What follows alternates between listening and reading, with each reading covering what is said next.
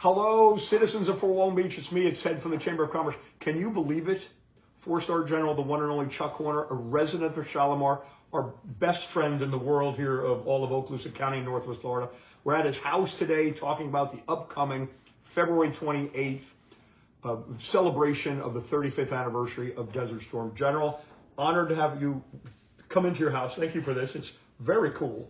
It's my son's house. It is your son's house now. You switched over. Yeah. He's actually living right next door.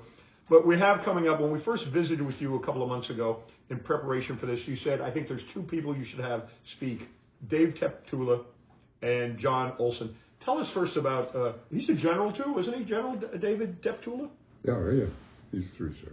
He is, for those who don't know, can you give an overview of how wonderful he is? I love this. Captain Teptula worked for me at Tyndall when I was the commander there. And he, over time, did very well in the Air Force and moved up. But Tony McPeak, who was then the Chief of Staff of the Air Force, kept throwing Teptula into these inter-service battles that were occurring in Washington. And, of course, Teptula was always trying to state the value of air power.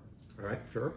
And he didn't do it dishonestly or anything, but the Army tends to think of itself as a senior service and therefore don't really care about air power. Right. They just want to get on with being the defender of America. So it cost Teptula to have that job because he'd tell the truth, but the trouble is the truth was not the way the Army wanted the story told. Oh.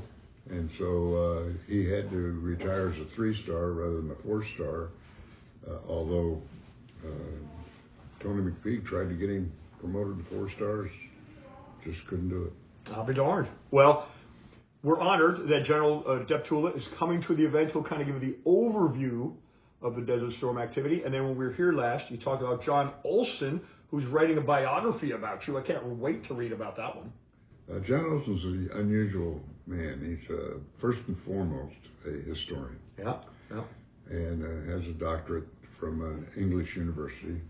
And John got hold of me right after the war, and he had some bad ideas about the war that he thought were true. And I sat down with him, and we went over, and then he had me come over to Norway and tour all the Norwegian Air Force bases, and I talked to all the pilots and all the enlisted people there, and we had a good visit. And then I'd been back several times and talked to Norwegian units and also other units in Europe. And John is very, very intelligent. He is not swayed by my view of myself. Nice. And he does an excellent job of really getting into the bottom line of what went on in Desert Storm and why it was important. Did you enjoy chatting with him as he's ready to write the book about you? We that's taken years. Yeah, I bet. Yeah. He's been on the first and foremost on that. He's written several books about the wars, and particularly he's very interested in the war against Iraq. You know, we're honored John Olson's going to fly over here from Norway and spend some time. So we have Teptula, and then we have John Olson, and then the man himself will round out the banquet. What do you think he'll be talking about at that banquet on February 28th? I have no idea.